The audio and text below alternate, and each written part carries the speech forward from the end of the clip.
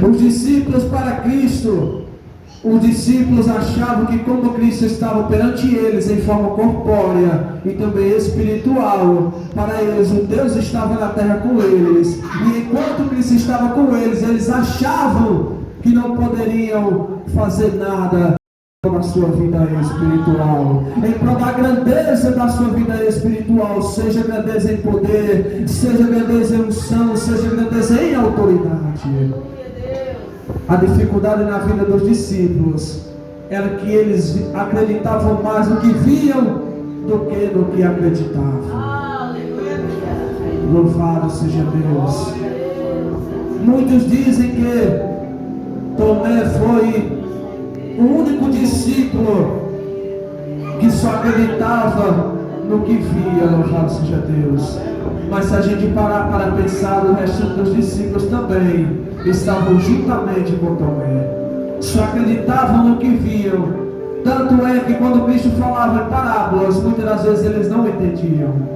Muitas das vezes perguntavam: mestre, explica-nos que parábola é esta. Ou seja, estavam com Cristo, mas eu compreendia o que Cristo estava falando, vi o que Cristo fazia, mas eu entendia o que Cristo estava procedendo naquela agir, naquela atitude, naquela ação. E eu quero te dizer nessa noite: não acredite só no que você vê.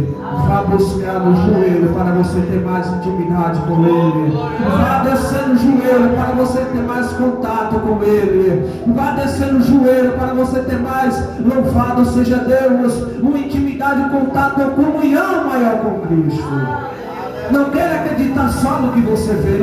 Não cometa esse erro que os discípulos cometeram. Vá buscar no joelho e você vai ter mais intimidade com Ele. Vá buscar na olaria e você vai ter mais, você vai ser mais cheio, você vai ter mais poder, você vai ter mais unção, autoridade. Você vai ter uma autoridade tão imensa que só no você chegar antes de falar, o inimigo vai cair por terra. Não queira ser envergonhado pela legião e pelo inimigo das trevas.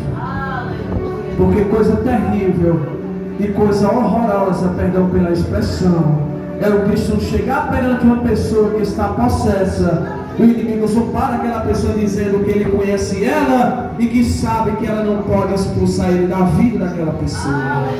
Não tem vergonha maior para um cristão do que essa. Coisa que eu já vi acontecer várias e várias vezes. De pessoas sem unção, sem poder, sem autoridade, ser envergonhado pelo inimigo. Cristo permitiu isso para os discípulos, para que pudesse exortar eles em viver, louvado seja Deus, uma vida além do que eles viviam com Ele, em ter uma intimidade além do que eles tinham quando Ele estava no meio deles em forma corpórea humana. Cristo estava com os discípulos, mas os discípulos não estavam totalmente com Cristo. E agora a Bíblia vai dizer que aquele pai, muito desesperado, angustiado, aflito, sabendo que Cristo entraria naquela circunvizinha, entraria naquela região, foi desesperado até o encontro de Cristo.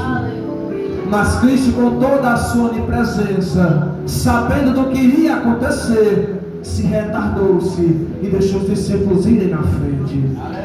E resumindo isso, os discípulos encontraram aquele pai primeiro do que com Cristo. E assim aquele pai estava tão desesperado que para ele, se os discípulos resolvessem, já estava de bom tamanho. Mas que pena que aqueles discípulos, ao chegar aos pés daquele pai, o pai implorou, se humilhou para eles, para que ele repreendesse o espírito imundo da vida do seu filho. Mas aqueles discípulos não tinham autoridade, não tinham poder, não tinham a unção de Deus na vida, e foram envergonhados. Repreenderam, expulsaram, usaram o nome de Deus, de Jesus, de tudo que eles sabiam, de tudo que eles acreditavam, mas não foi suficiente para repreender o espírito imundo. E agora Cristo vai, depois dessa cena, Cristo vai ao encontro daquele pai. E aquele pai novamente se desespera aos pés de Cristo. E aquele pai, com toda a sua incredulidade, como diz a Sagrada Escritura, mas mesmo assim ele se humilhou a Cristo, dizendo: Senhor, se tu puderes, expulsa o espírito mudo e surdo na vida do meu filho.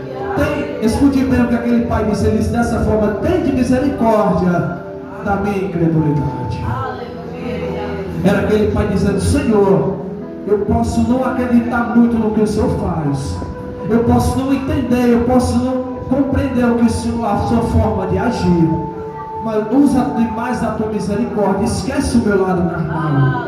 Era aquele pai dizendo: Senhor, se for possível, esquece o meu lado ímpio, se for possível, esquece o meu lado, louvado seja Deus, catastrófico de incredulidade, mas tenha misericórdia, se for possível, da vida do meu filho. E Jesus dizendo: traz o menino até a mim.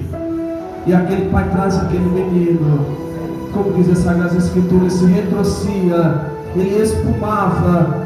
Muitas das vezes eles queriam se despedaçar, o espírito imundo que estava sobre ele. Aquele pai ainda dizia: Senhor, muitas das vezes o meu filho quer se jogar no fogo para ser queimado, muitas das vezes na água para ser afogado. Mas o Senhor disse, olhando para ele, bem fixamente para aquele jovem, disse: espírito mudo e surdo, saia dele. Veja um detalhe: Cristo não precisou mover céus e terra para expulsar o demônio. Cristo não precisou descer no céu naquele momento para expulsar aquele espírito imundo. Ele só disse o nome do espírito, que era espírito surdo e mudo, e disse com toda a sua voz, com poder e autoridade, para que ele saísse dele. É Cristo dizendo: quando você se enche, não é preciso você lutar, guerrear contra o inimigo. Só basta você dizer uma palavra e ele não vai ser capaz de bater continuamente ainda sobre a tua vida. O inimigo, amada igreja, quando ele vê a mim e a você, ele não tem que ver a nossa forma corpórea humana, ele não tem que ver a nossa fragilidade, o nosso erro, a nossa falha. O inimigo, quando ele vê a mim e a você, ele tem que bater continência, não para mim, mas para o que está dentro de cada um de vós, que é Cristo Jesus. É Cristo dizendo: o inimigo, ele tem que ser envergonhado e não você ser envergonhado por ele. O inimigo, ele tem que bater a continência quando ver a tua vida, quando ver a minha presença dentro de você, e não você se intimidar contra ele, e não você se amedrontar, não você se retroceder e se acovardar. É Cristo dizendo nessa noite, amada igreja, essa cura e libertação que é a falta de poder, essa cura e libertação que é a falta de unção e autoridade na tua vida, hoje eu desço para entregar, e jamais o inimigo vai ser capaz de bater de frente contigo, jamais o inimigo vai ser capaz de zombar de ti, jamais o inimigo vai ter a ousadia e a audácia de abrir a boca e dizer que você não pode expulsar ele, que você não pode repreender ele. Pelo contrário, só em você chegar, antes de você falar, o inimigo vai bater de retirada.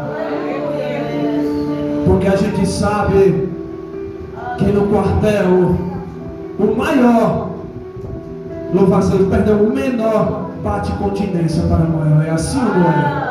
No mundo espiritual é do mesmo jeito. Quando Cristo chega, o inimigo tem que bater continência para Cristo e sair de retirada. Ou seja, bater continência é demonstrar humildade, é demonstrar reconhecimento.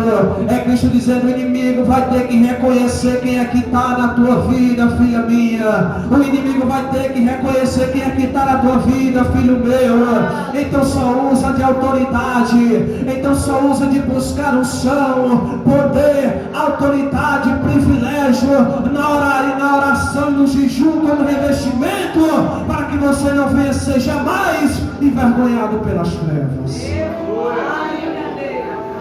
Glórias a Deus. Por mais, amada igreja do Senhor, que quando a presença das trevas chega no ambiente, se aquela presença for imensa, ela toma conta do ambiente e você começa a querer ficar controlado, dominado pelaquela força maligna. Mas eu quero te dizer que você só permanecerá controlado, dominado pela força maligna, louvado-se Deus, enquanto você não abrir a tua boca e profetizar com autoridade, com toda a ousadia, no nome de Jesus, para que aquele mal caia por terra e você garanta a vitória, e você louve o hino da vitória, e você exalte e glorifique o nome santo do Senhor. Glória a Deus.